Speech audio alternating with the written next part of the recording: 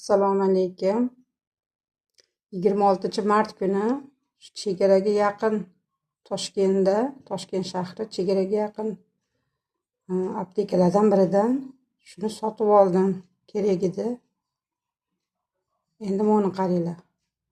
060623 020623. Nimaga bu sotilyapti? Bu qarab olinglar bu nimalaringni, osalaring. Уже 2 yil bo'libdi iste'moldan chiqqaniga. Ya'ni tushunarsiz. O'zlaricha srok qo'yib sotishyaptimi, bilmayman. 060623 020623 nima ma'noni bildiryapti, tushunmayapman. Endi ikkinchi seriyasi. Mana achchiq bodom yog'i. Bu ham kerak edi, oluvdim. Limon qaranglar. 11 20 24 12 20 26. Bu tushunarli, хорошо. Bu pastidagina endi 05 11 24. Pechat bosayotgan odam kayfda bo'lganmi, bilmayman.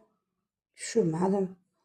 Aptekachilar, shu pechat bosuvchilar bir vijdonan ish qilinglar. Aptekachilar uylaring o'zlaridan o'zlari kuyib ketmasin.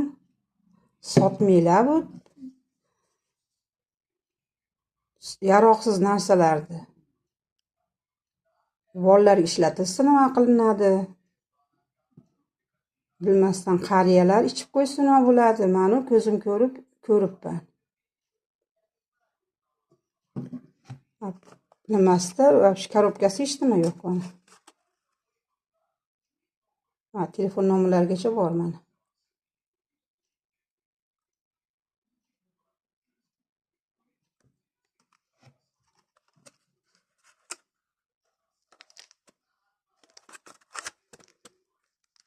Chiqqan. Maymuncham hayron bo'lib qarab o'tiribdi. Tavba deyapti. Ajabo.